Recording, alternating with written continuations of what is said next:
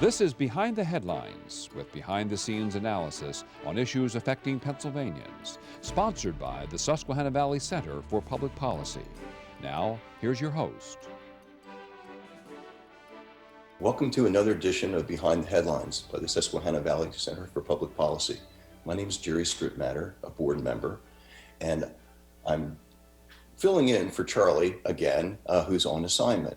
But with me is Maura Donley, who is really the best hostess ever. So Maura, how are you today? Well, after that introduction, I can't be anything but fabulous. Thank you very much. And our first guest today is Dave Sanko from the who really leads and takes care of all the Township Supervisors with the Pennsylvania Association of Township Supervisors. So welcome, Dave, and please let us know what's going on in your world with so many changes with the pandemic. I know that the federal government was putting all these edicts onto local governments. How are you faring? Well, thanks for the opportunity to be here. Look, local governments are doing what local governments always do, and they're continuing to work and trying to get by and dealing with the mandates that are being confronted or they're being confronted by. I mean, it had a big impact on the pandemic. Had a big impact on local government. I mean, it changed initially. It changed the way that you had to operate. Local governments have to meet once or twice a month. All of a sudden, you weren't allowed to have public meetings. So you had to quickly figure out how you were going to continue to do the business of government and get those things done. So they went from to remote meetings or virtual meetings, depending on the area. But one of the things that the pandemic really pointed out is the vast shortage of broadband internet across Pennsylvania, and that some areas simply don't have that capacity or capability. Some communities easily switched to having video and meetings similar to this. Other communities didn't have that option. They struggled and may have had a Motorola flip phone sitting on a conference table on speaker mode, and that was the best technology option that they could be afforded. So we were grateful the legislature allowed there to be remote meetings, much as the legislature has been meeting remotely for local governments, and that made a big difference in terms of public access. Dave, I know that last time we talked to you, you pretty much were back in the office and everybody was there and you were back pretty quickly, but how has the pandemic affected your organization as an organization? Well, I think as a member service organization trying to help townships and township supervisors do their job better, ours is one of sharing information and getting training done and getting that information out about new rules and regulations and trying to unwind some of the confusing things that came out of state government early on. And the way we had to do that all of a sudden was very different. We too had to do a lot more electronically, but we were able to quickly shift. We had to cancel our conference, but we were able to quickly shift all of our programs and presentations to offer them in a virtual setting like this, where they were then available live, but also recorded so people could see those through the end of the year. And in reality, we also switched to some telephone town halls where we were able to bring people together and interact with each other and share best practices. And we were having, anywhere between 200 and 500 people on the lines during those presentations, and it was a real opportunity for us as an organization to show that we could adapt, but it was a bigger opportunity to show that the township governments they get the job done no matter what the challenges are, and they were able to make those adaptations as well and learn as we went along. I mean, early on, this was like flying an airplane while it was being built. A lot of unknown stuff, and I think Pennsylvanians fared well, and local government fared well in serving its residents. Thank you so much for doing such a good job, because this is June and budget month, but in this last year, the local governments, with your lead, had to put up with a state government that was doing two different budgets, and so it seemed as if the federal and the state budget deadlines and preparation and hearings were all different. Did the local governments make out okay with this confusion, and are they set for this month?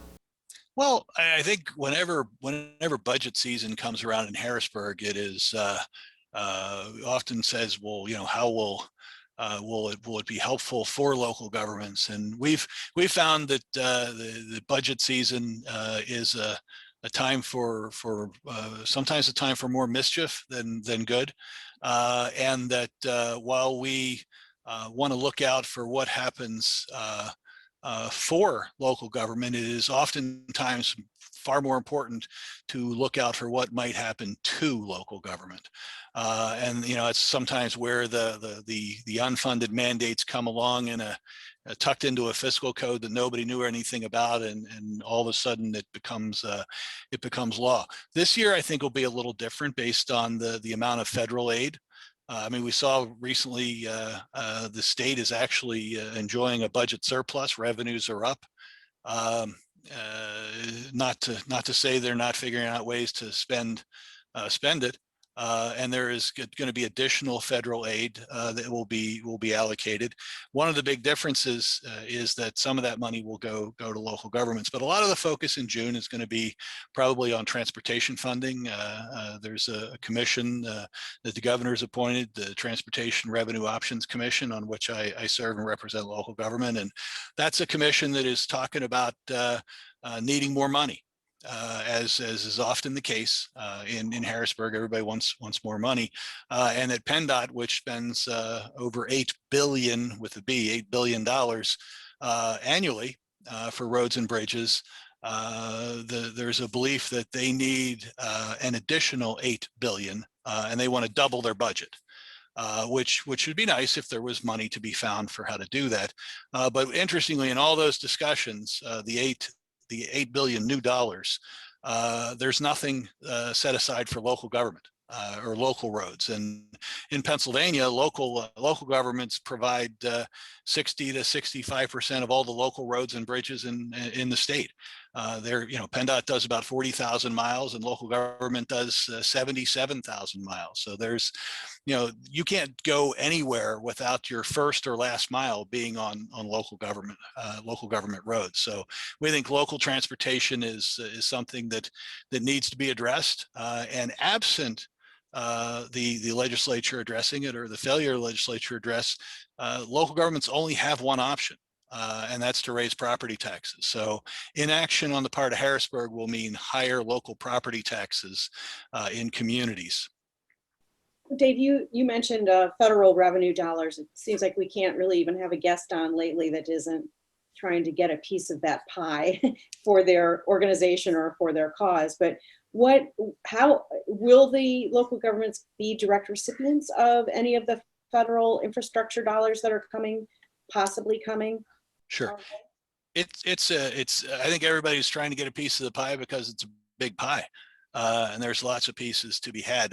Pennsylvania, they've taken the money and they've split it into 2 years, the 2021 and 2022 budgets.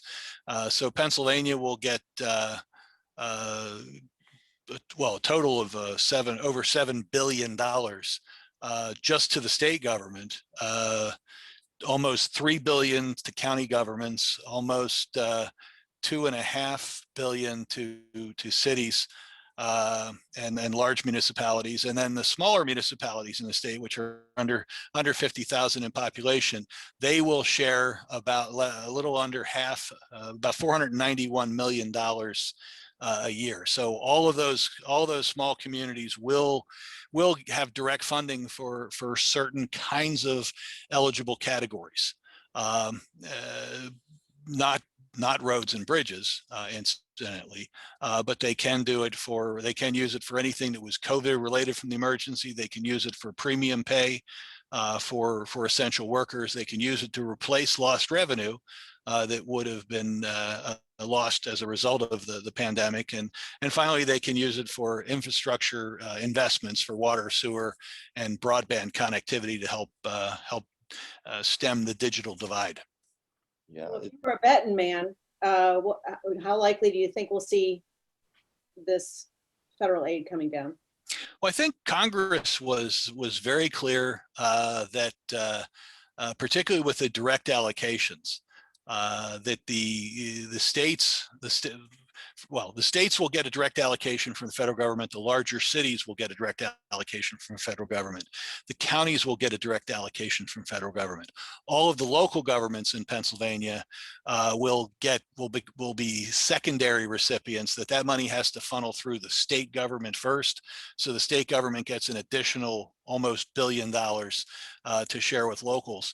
Congress was pretty clear that the states couldn't tinker around with that. They couldn't keep any of it for administrative costs. They couldn't put any strings on it other than what Congress put on the strings, and I identify what those categories are. So I think once the Commonwealth makes the request for the funding, and they have not yet done that, as of the beginning of the month.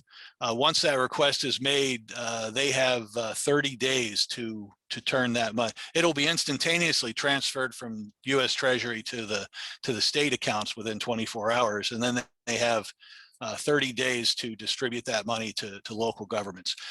We've tried to help our folks understand that there's no race to spend this money. You don't get a prize or an award for spending it fastest, and you have until 2024 to obligate it, and until 2026 to actually spend it. And it's far better to do it right than it is to do it fast. So you want to make sure that it's for appropriate, legitimate categories. and also so our viewers know, it should be one-time spending.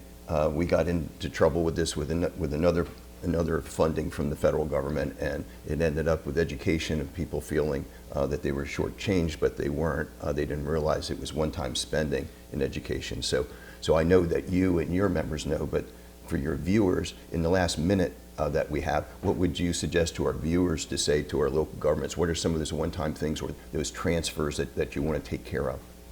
I think that our viewers should be talking to both Harrisburg officials and local government officials to stress that very point, that this money should not be used for operating expenses because it'll just leave a bigger hole when it's not there, and it's not going to be there forever.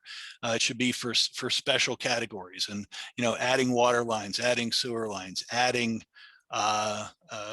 broadband infrastructure, doing things, upgrading your buildings so that they're COVID safe or safer air quality in the future. Cybersecurity, I think, is a huge opportunity. Computer systems, things that you can invest in that are a one-time purchase that will last for a decade and protect residents for years. Thank you so much for better informing all of our viewers and bringing us up to date. And we'll be right back with another segment of Behind the Headlines. Behind the Headlines is brought to you as a public service by the Pennsylvania State Association of Township Supervisors, the largest, most influential municipal association in the Commonwealth. Since 1921, PSATS has been preserving and strengthening township government and securing greater visibility and involvement for townships in the state and federal political arenas. Covering 95% of Pennsylvania's land mass, townships represent 5.5 million residents, more than any other type of political subdivision in Pennsylvania.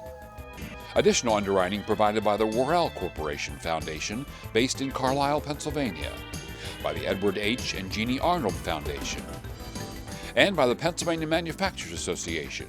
Business in Pennsylvania is our business. Behind the Headlines is also supported as a public service by the Pennsylvania Highway Information Association, the go-to source to learn about transportation projects and issues. Visit pahighwayinfo.org. Welcome back to this segment of Behind the Headlines.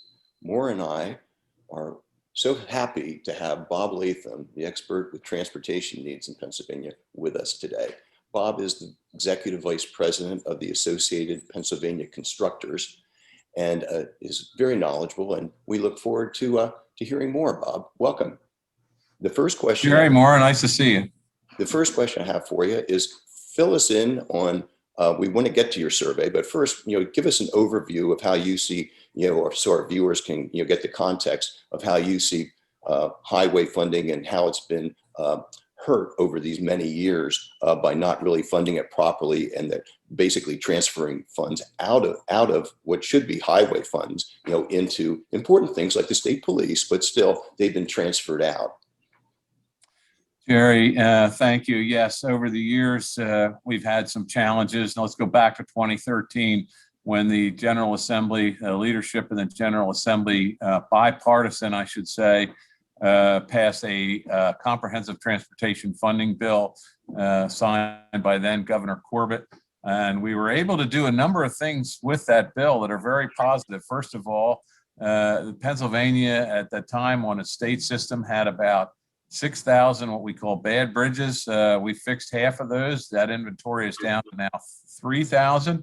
Our local governments, which we have to realize have 70,000 miles of road. We talk about our state system a lot with 40,000 miles, but the local governments have 70,000.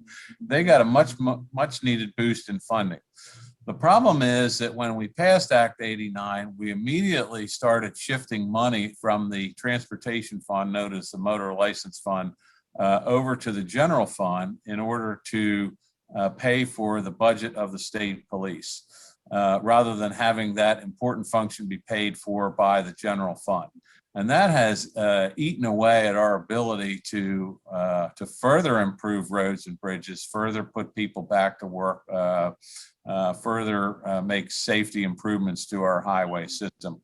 That's impacted us tremendously. $700 million a year taken out of that transportation fund, which is 11 cents per gallon of your gas tax. We have the second highest gas tax in the country, and unfortunately about 20% of that isn't going to roads. Well, I know that you've come up with a lot of different, I think solutions would be the right word for this issue of, the diversion of the funding. Do you want to tell us a little bit about, we've talked about them before, but let's recap some of these issues. Sure. So in the short term, well, we have a long term, we have a short term issue here. And let's talk about short term. So COVID, of course, impacted a number of people, and transportation and highway construction budget, no exception to that. So when people stopped driving there for a couple months in April and May of last year, 2020, we saw a drop in revenues because we have a consumption-based tax. In order to make up for that, the federal government came in and back and filled with a number of bills. We're all familiar with that. The most recent one that passed in March was known as the American Rescue Plan. It infuses the Commonwealth's general fund with about $7 billion, a little more than $7 billion over the next 2 years. Our plan would be to take some of that money and allow the money that motorists pay in gas taxes to stay in the motor license fund, stay in the transportation arena, use it to make safety improvements, fix roads and bridges, and then use that federal money, that American Rescue Plan money, to make sure that the state police are fully funded by funding them through the general fund. We believe that that can be done. It could have an immediate boost on our highway program. It would ensure that the state police are funded while we look at some options going forward into, for future long-term funding solutions. Our viewers are certainly interested in the road system, and I know you have a survey that points that out. But the other thing, I think you'll agree with this, that the viewers need to do is contact their Congress people and their state legislators and state senators and the governor with the need to act, both federally and the state, because they're there. The legislators do a good job, Congressmen do a good job, but they need to hear from the viewers. Isn't that correct? Yes. So we've heard a lot lately about a quote unquote federal infrastructure package. First started with President Biden introducing a concept with a very, very broad-based concept that I guess included a great expansion of infrastructure. Senate Republicans have come back with a more narrow-focused plan. And now they're sort of into the machinations of, well, how do you pay for it? There's a tax policy involved. It's not just a user fee concept. So I guess this is a roundabout way, Jerry and Maura, of saying, I think it's going to be quite some time before we see said infrastructure package or transportation plan out of the federal government, out of Congress. On a parallel track in Washington, we're seeing a need to, what they say, reauthorize the federal highway program. That comes up in October. I think the two of these issues are going to meet somewhere in September. But the point is, it's going to be until next year or beyond when any of that money is seen here in Pennsylvania or can be put to use for the benefit of motorists in Pennsylvania. That's why this short-term plan of using the American Rescue Funds to pay for the state police and allowing more money to stay in the motor license fund on the short term, we'll see a boost while we see what happens at the federal level. You know, a lot of the pushback we get in some cases on this is, well, we have to wait and see what the feds do. Well, we've been waiting to see what the feds will do for a number of years. And 25 years or so. Yeah, maybe 25 years, but who's counting? So, you know, implementing this short-term plan could have a lot of benefits in terms of highway safety and benefits to motorists here in Pennsylvania, and move things forward while future plans get going. We also have some ideas that are being tossed about here in Pennsylvania. The governor has created the Transportation Revenue Options Commission. They're looking at a myriad of things to do there. Senator Wayne Langerholt recently announced a plan he calls Drive Smart, which is a comprehensive look at everything from electric vehicles to autonomous vehicles to efficiencies within state government. All this will be in the mix, but once again, that's all in the mix for the future. And we're looking at something that we might be able to get done in the present that will be help our roads be safer and get people around more efficiently. I think it's really important to note that you're not in any way suggesting that the state police be underfunded in any way, or that there be any safety issues involved with this, correct? Well, that's correct. We have our plan fully funds the state police and actually allows the General Assembly to increase funding for their operations if they so choose. A lot of states, most states pay for either their highway patrol or their state police out of general funds. We're a little bit unique with our state police in that they are not, just the state highway patrol like a number of states are. They are full service law enforcement agency and perform tremendous functions for us. And again, what we're proposing here will make sure that they are fully funded while freeing up, a lot of money for road improvements at the same time. And safety is the number one issue you were hitting on, and so it'll save the state police a lot of report writing, and also save the lives of our viewers as they're driving and have that patience with all the road work that you've been able to do on such a limited budget. The work zone safety, is something that you were pushing for many years, and how's that working? Well, it's going very well. As a matter of fact, we're seeing less speeds through highway, or I should say slower speeds through highway work zones than we had in the past. Unfortunately, one of the real unfortunate byproducts of COVID was that while there were fewer cars on the road, it seemed like those people that were driving faster. And we actually saw an increase in accidents in 2020 than we had in previous years, even with a lower number of vehicles on the road. The one bright spot there is that people do slow down when they get to these automated speed enforcement work zones. We're seeing it here. We've experienced it in Maryland, where we kind of came up with the idea, and it really does work, and it saves lives, mostly with motorists. While we in the highway construction industry are very concerned about the safety of our workers and the inspectors from PennDOT and all the people who are out there on the project, it's actually most of the accidents or injuries are the motorists themselves. So it really is having a good impact on people driving and their safety as they go through highway work zones. So you know how John Q. Public is. The minute these funds hit, they're going to want to know, when is my bridge going to be fixed? When is my road going to be fixed? How quickly can PennDOT get going on projects that, you know, might not be the top priority, but may get some funding with the new federal funds?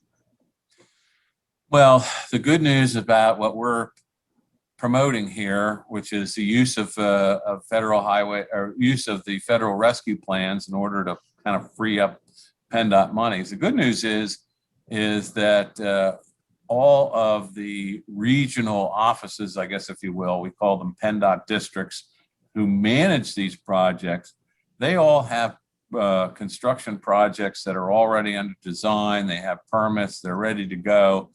So we can push this work out very quickly. And I think it'll be statewide.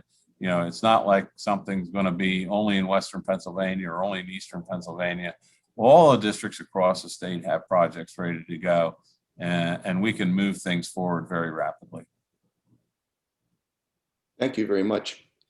In the last few seconds that we have, are there any other items that you'd like to hit? Well, again, Jere and Maura, thank you for having me on here. I think the idea here is that we have a short-term need, and we have an opportunity with the American Rescue Funds to boost highway safety and highway safety projects, fix bridges, while we ferret out, you know, what's the long-term future for funding of transportation in Pennsylvania. Well, thank you very much for bringing everybody up to date. It's very informative. And we'll look forward to seeing all of you in our next edition of Behind the Headlines.